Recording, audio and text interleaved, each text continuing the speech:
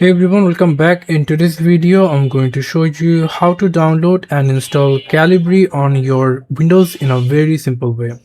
How you can do that, just simply open any of your favorite browser, then simply come over into the search option and simply search for Calibre download. Click on that and then you're going to get the first website over here. If you click on that, download Calibre, you can simply select your Windows and then you can simply click on download Calibre 64-bit.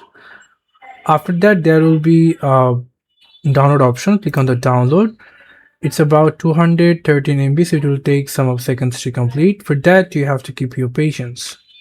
And then after, you can simply see the download has been completed. Now, if you click on the folder icon, you can simply click on this one, click run. And now you can simply click on I accept the terms in the license agreement, click install, click yes for the permission. And now you can simply close all of your background tab, and after complete that you can simply click on finish.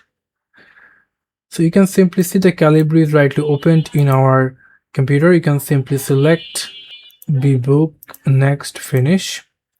So yeah, this is how we can simply use Calibre Windows. Thank you so much for watching. I hope to see you in other videos. Till then, goodbye.